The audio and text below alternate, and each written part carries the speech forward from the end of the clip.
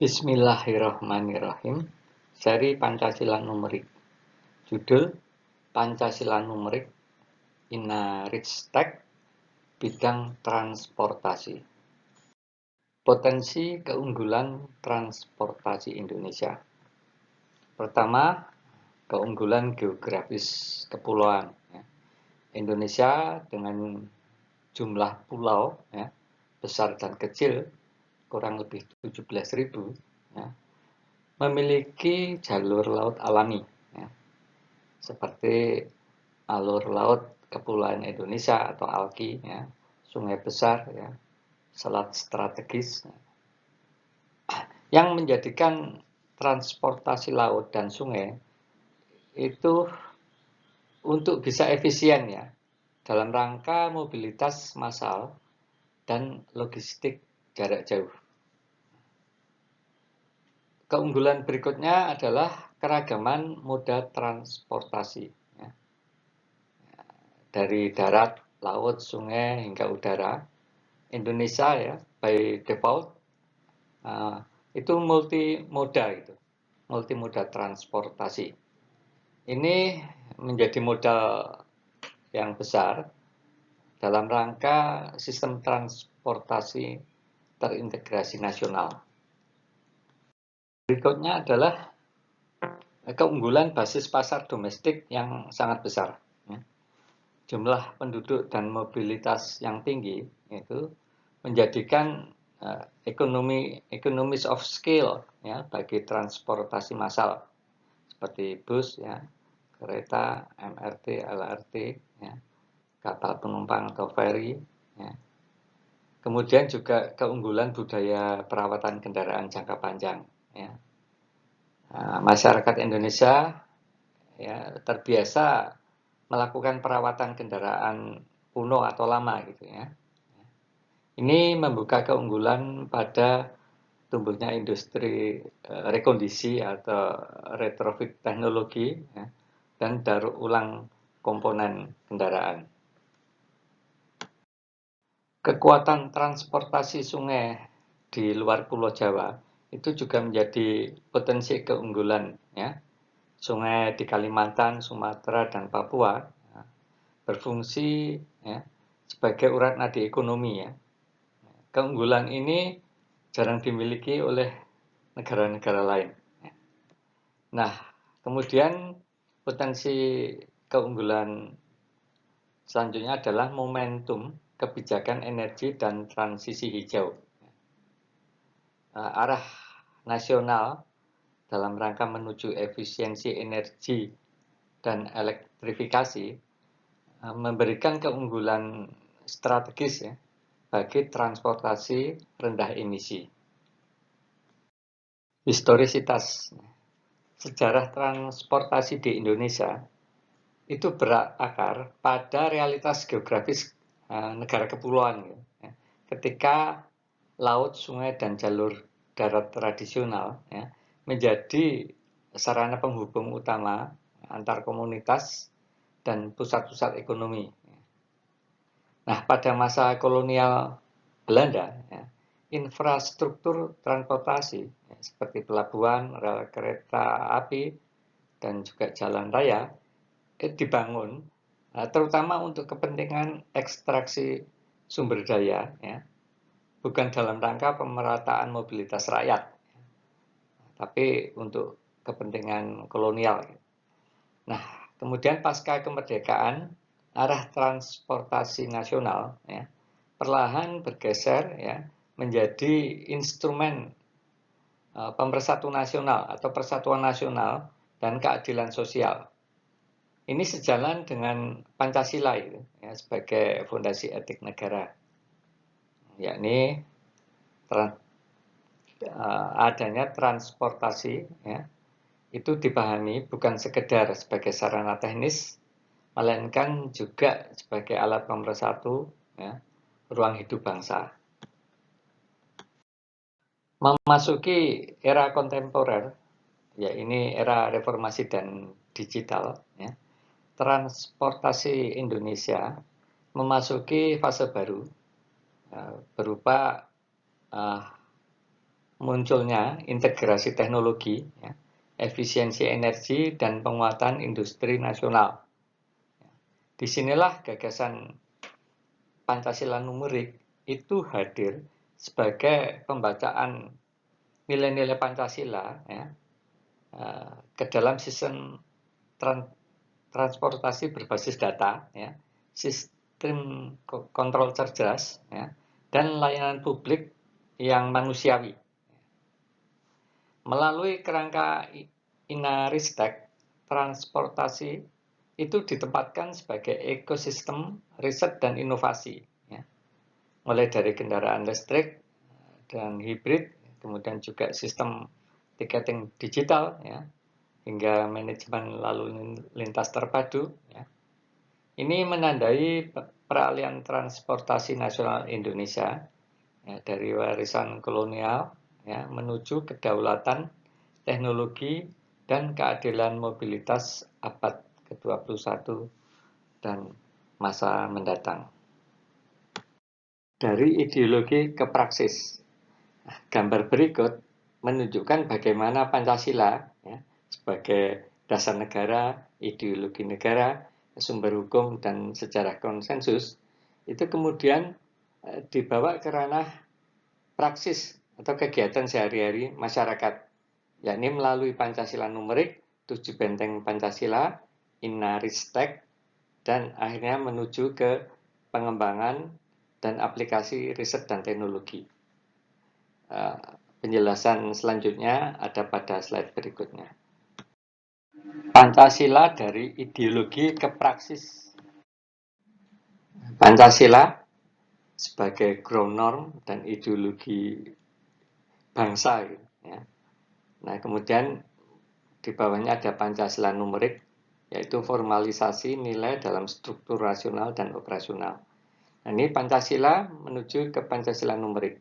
Ya, Pancasila sebagai ideologi normatif ditransformasikan menjadi Pancasila numerik, ya, yakni pembacaan sistematis dan rasional atau terjemahan dan tafsir secara sistematis dan rasional terhadap sila-sila Pancasila, ya, melalui urutan logis hierarkis, ya, hierarki nilai, ya, dan relasi fungsional. Di sini Pancasila tidak hanya katakanlah dihafal, melainkan coba dihitung, dipetakan, dan dioperasionalkan. Selanjutnya dari Pancasila numerik, ya, kemudian menuju kepada 7 benteng Pancasila, ya, sebagai sistem ketahanan ideologi, ya, ekonomi, sosial, dan struktural.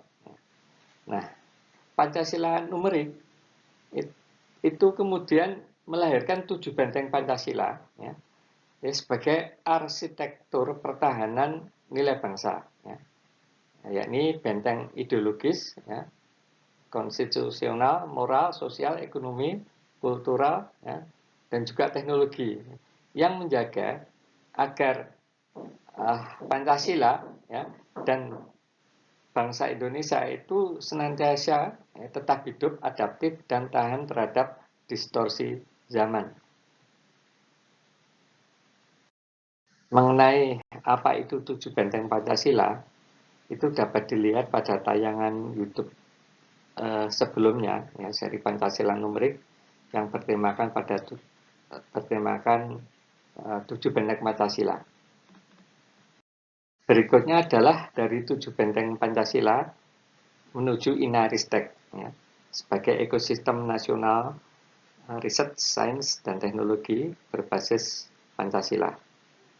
Nah, dari sistem ketahanan nilai pada 7 benteng Pancasila, selanjutnya diantaranya adalah lahir kebutuhan institusional, ya, yakni Inaristek sebagai simpul nasional riset dan teknologi, ya.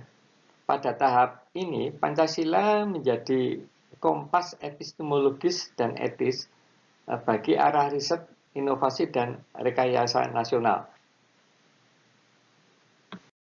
Nah, kemudian dari Inaristek menuju ke pengembangan dan aplikasi riset dan teknologi. Inaristek berfungsi sebagai mesin penggerak ya, hasil berbagai riset dan pengembangan gitu, penelitian dan pengembangan yang kemudian dihilirkan gitu, dan diadaptasikan menjadi teknologi yang sifatnya tepat guna, ya, juga industri nasional, swasembada, dan dalam rangka kesejahteraan rakyat. Ya. Nah, inilah Pancasila yang teroperasikan secara nyata atau real dalam praksis. Permasalahan produksi rakyat dan pemecahannya. Bidang transportasi. Ini ada 4 kolom, ya, kolom fakta, kolom solusi, kolom jenis industri, dan jenis fasilitas. Nah, kita lihat pada kolom fakta. Nah, pertama, Indonesia masih banyak membutuhkan alat atau sarana transportasi. Daerah-daerah itu senantiasa tumbuh, ya. Dan ini akan memiliki kota-kota yang baru, ya. Nah, kota-kota baru yang bertumbuh tersebut perlu mendapatkan perencanaan yang baik, ya, dalam bidang transportasi dalam rangka menghindari masalah lalu lintas gitu atau transportasi. Kemudian fakta berikutnya adalah kota-kota masa depan akan membutuhkan sarana transportasi massal yang baik, nyaman, ya, juga efisien. Ya. Nah, kecenderungan menggunakan kendaraan umum itu semakin tinggi karena masyarakat menghadapi kendala ketika menggunakan kendaraan pribadi, ya, diantaranya disebabkan kemacetan lalu lintas, ya, yang semakin masif gitu, dan ini akan memperbesar pengeluaran bahan bakar, ya, dan juga perawatan mobil gitu. Nah, juga adanya keterbatasan, ya, mahalnya lahan parkir, ya, dan sebagainya itu. Nah, solusi yang masuk akal, pertama mengembangkan kendaraan transportasi massal perkotaan, ya, seperti bus kota, ya, yang bermesin hibrida gitu atau hybrid. Ini dikarenakan bus kota itu memiliki karakteristik khusus saat beroperasi gitu, yakni tidak membutuhkan kecepatan yang tinggi, ya. Kemudian sering melakukan manuver berbelok, ya, juga melakukan pengereman dan akselerasi yang cukup sering.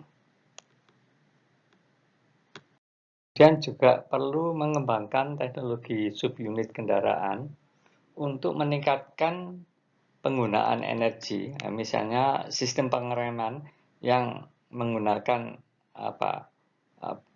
semacam penampung momentum gitu, ya, atau juga memanfaatkan energi yang telah dibangkitkan.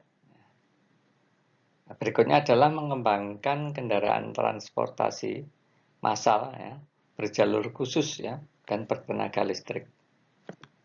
Jenis industri, ya, dan jenis fasilitas, ya, yang perlu adalah pertama untuk jenis industri rancang bangun kendaraan massal dan industri mesin hybrid, ya, petrol ataupun juga listrik. Tiga, ya, industri rancang bangun sistem konversi momentum traksi energi, ya. Kemudian juga industri rancang bangun, ya, monorail, ya. Juga industri rancang bangun jaringan jalan kendaraan massal, industri rancang bangun mesin traksi, dan industri rancang bangun eskalator. Jenis fasilitas itu mesin hybrid petrol listrik, mesin pembangkit energi tenaga momentum pengereman, mesin eskalator listrik, ya, pedestrian, ya. Kemudian tram listrik, MRT, monorail, ya, sesuai dengan karakteristik kota-kota yang ada di Indonesia. Ya. Kemudian juga mesin traksi listrik, ya, transformator, inverter, ya, generator AC/DC, bus kota yang optimal dan terkoneksi dengan sistem kontrol induk, ya, pada stasiun pusat. Nah, fakta berikutnya, ya, adalah budaya masyarakat, ya, operator kendaraan umum yang rendah gitu, menyebabkan ketidaknyamanan para penumpang. Ya. Di antaranya adalah budaya ngetem gitu, ya. Kemudian juga pengemudi yang ugal-ugalan, ya, memuat penumpang secara berlebihan, ya, berjejalan, dan tidak adanya penghargaan, ya, sebagai manusia, ya, terhadap para penumpang itu. Nah, kemudian juga fakta bahwa semua ini berakibat, ya, para penumpang terpaksa masih memilih kendaraan pribadi gitu, ya, karena ketidaknyamanan kendaraan umum gitu. Nah, sedemikian sehingga secara akumulatif gitu akan terjadi pemborosan penggunaan bahan bakar atau energi. Ya. Pemborosannya itu bisa cukup besar. Solusi yang ditawarkan, ya, mengembangkan sebuah sistem eskalator di sisi jalan raya, terutama bagi kawasan perbelanjaan yang sangat padat, ya, atau jalur pedestrian gitu. Kemudian juga membangun sistem kontrol pada operasi bus kota dan atau tram gitu, agar tidak terjadi pengeteman atau saling mendahului. Kemudian juga membangun suatu sistem pembayaran yang praktis itu bagi para penumpang agar memudahkan penumpang maupun kru kendaraan umum. Nah, ini sebenarnya pada saat ini, ya, terutama di Jakarta itu dan mungkin 1-2 di kota besar lainnya, ini sudah mulai mengarah ke tersedianya fasilitas kendaraan massal yang bersih, ya, bagus, ya, efisien, ya, dan juga melalui pembayaran yang praktis gitu, memakai kris dan seterusnya gitu. Namun begitu, sebagian besar di seluruh nasional Indonesia saya kira masih belum bagus gitu sarana transportasi atau moda transportasi massal.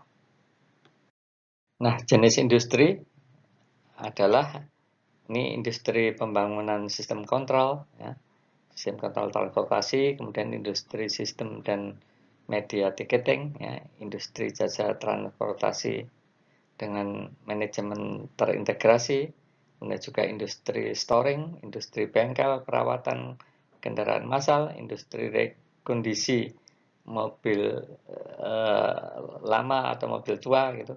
Kemudian juga industri perdagangan spare part, ya, dan industri rancang bangun sistem chassis dan suspensi. Nah, jenis fasilitas, ini ada sistem komputerisasi, ya, kemudian pengendalian operasi bus kota dan tram atau MRT dan LRT, monorail, ya. Kemudian mesin ticketing corner, ya, mesin ticketing pada bus atau tram, ya. Mesin pembuat tiket. Ya, sekali lagi ini sebenarnya sudah ada di beberapa kota seperti Jakarta, kemudian mungkin juga Surabaya dan beberapa kota besar lain. Tapi secara umum di seluruh kota yang ada di Indonesia belum mencapai taraf yang mencukupi atau memadai. Nah, selanjutnya, ya, fakta di luar kota-kota yang padat, kendaraan pribadi dan niaga itu masih banyak dibutuhkan, ya. Dengan tumbuhnya perekonomian, ini akan meningkatkan permintaan terhadap, ya, kendaraan gitu. Ya. Nah, Berikutnya adalah adanya budaya yang baik dari sebagian masyarakat Indonesia untuk menjaga kendaraan-kendaraan tua atau jadul gitu. Nah, yang tidak diproduksi lagi oleh pabriknya.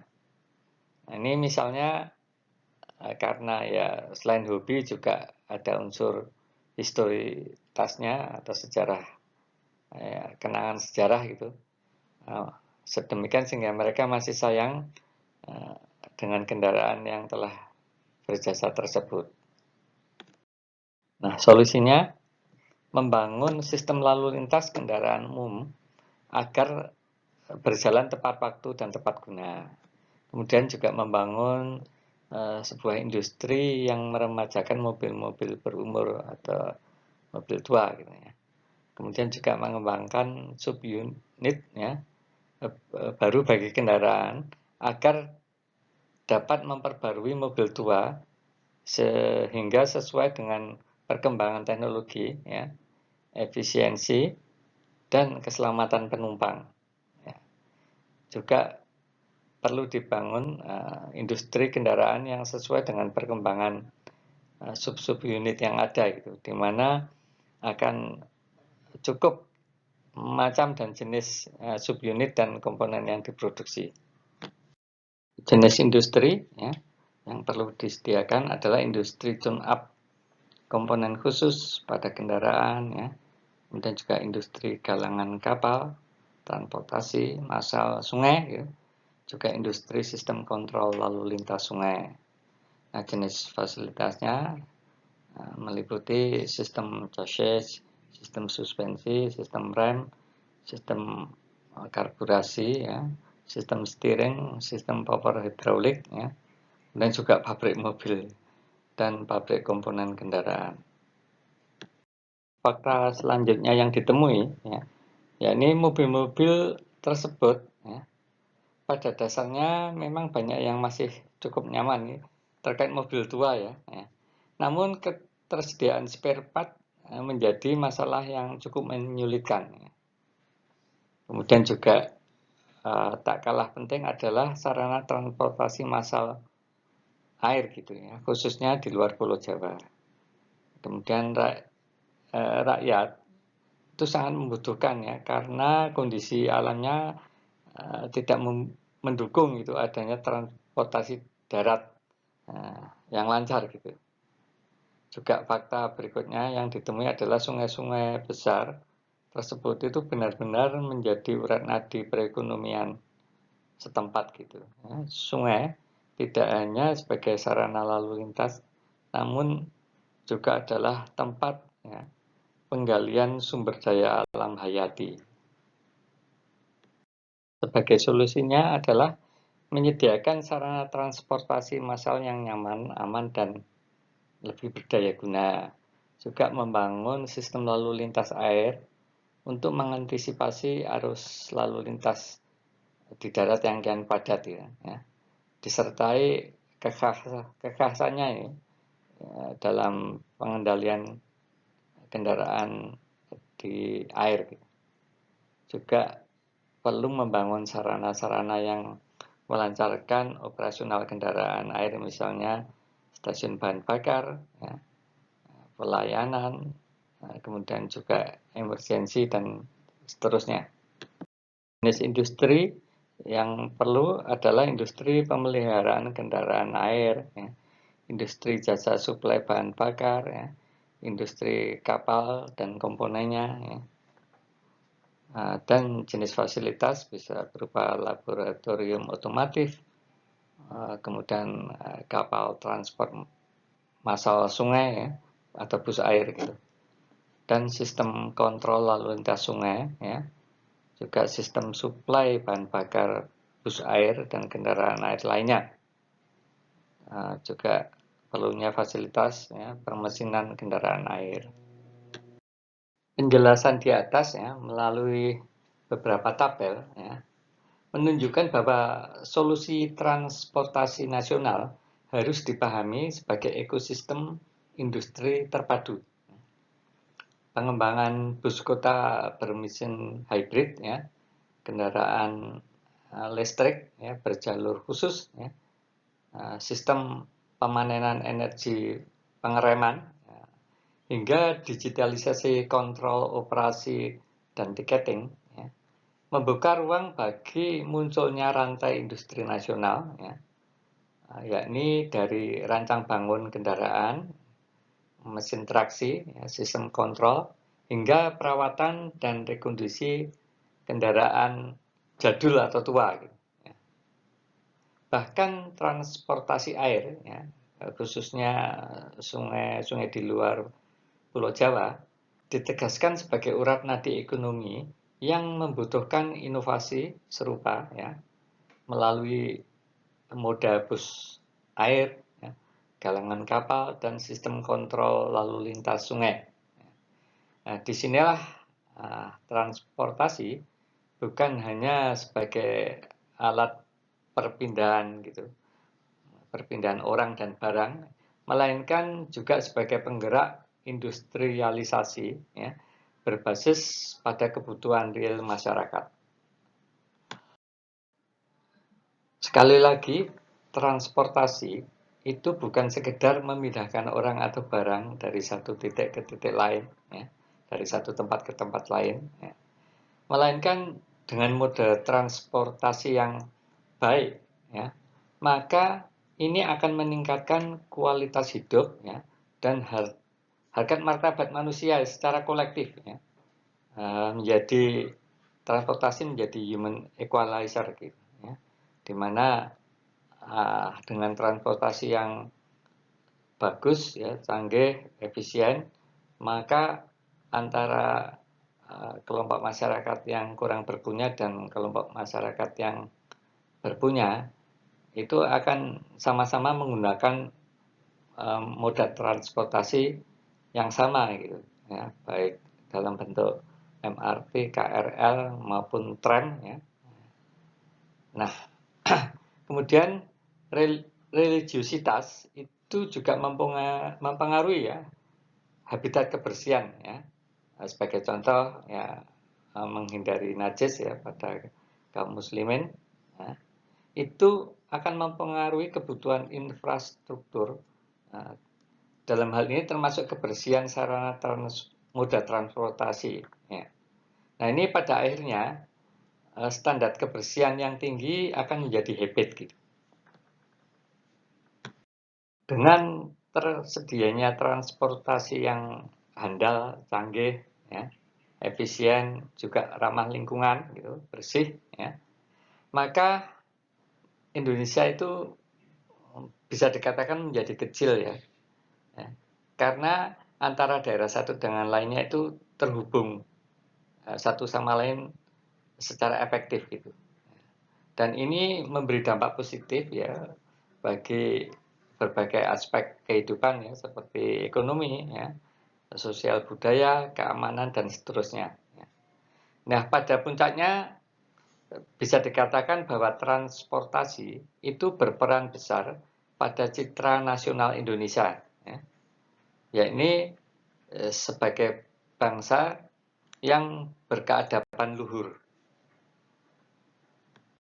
Resume, narasi transportasi nasional Indonesia sejatinya sejalan dengan semangat Pancasila numerik, yakni upaya untuk menerjemahkan nilai keadilan sosial dan kemanusiaan ke dalam sebuah desain sistem, teknologi, dan tata kelola mobilitas yang berbasis data, efisiensi, dan keberlanjutan.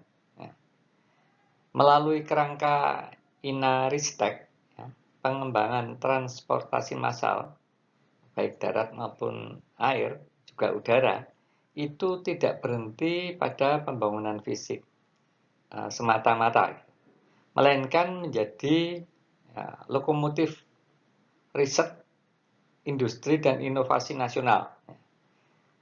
Transportasi semacam ini dengan demikian akan diposisikan sebagai infrastruktur peradaban, yakni menghubungkan manusia, menggerakkan ekonomi, dan memastikan kemajuan teknologi ya, yang senantiasa berpijak pada nilai-nilai Pancasila ya, menuju keluhuran bangsa. Alhamdulillahirabbil alamin. Wallahu a'lam bishawab. Terima kasih.